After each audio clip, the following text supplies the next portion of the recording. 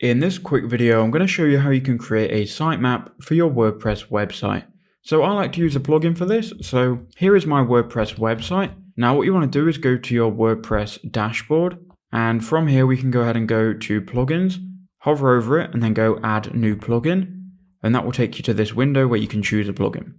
So now you want to type in Yoast SEO or just Yoast, Y-O-A-S-T. And you'll see this plugin here, Yoast SEO. Now, if you don't already have this, this is a great plugin to rank articles in search, and it really helps with that. So click install now, and this will then build a sitemap for us. So once it's installed, you need to activate it. And once you've got it activated, it will then appear on the left. So here we've got Yoast SEO. Now what we can do, we can go ahead and hover over this, and you want to go to settings. And inside of settings, you want to go to the quick search box and then just type in sitemap. Then it will show you here XML sitemaps. Click on that and make sure that's enabled. Now, if you want to view your sitemap, click view the XML sitemap. Now this here is going to be the sitemap, which you can go ahead and submit to Google Search Console.